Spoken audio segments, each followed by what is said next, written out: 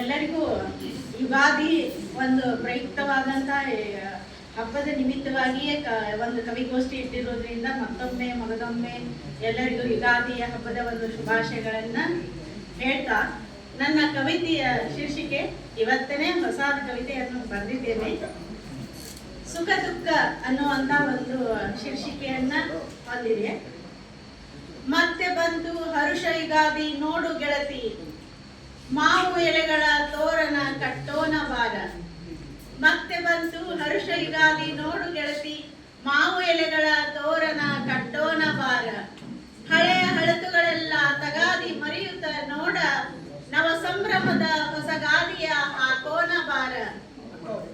ಬೇವು ಬೆಲ್ಲದ ಮಿಶ್ರಣವ ಸವಿಯುತ್ತ ನೋಡ, ಬೇವು ಬೆಲ್ಲದ ಮಿಶ್ರಣವ ಸವಿಯುತ್ತ ನೋಡ.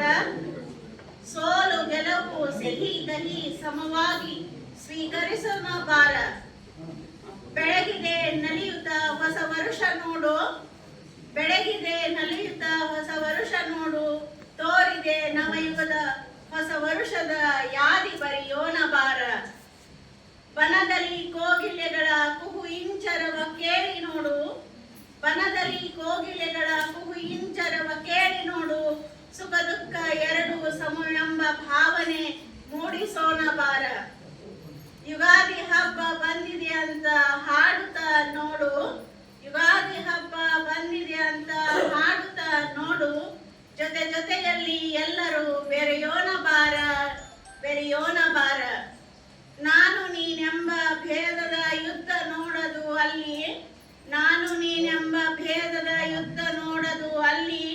ನಾವೆಲ್ಲರೂ ಒಂದೆಂಬ ಭಾವ ಬೀಜ ಬಿತ್ತಿ ಹಾಡೋಣ ಬಾರ ಗೆಳತಿ, ಹಾಡೋಣ ಬಾರ ಗೆಳತಿ.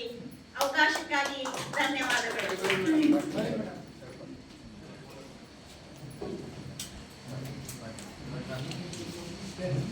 ಕಾವ್ಯವನ್ನ ವಾಚಿಸಿದ ರೇಮಾ ನಡಿಮುನಿಯವರಿಗೆ ಕೃತಜ್ಞತೆಗಳು.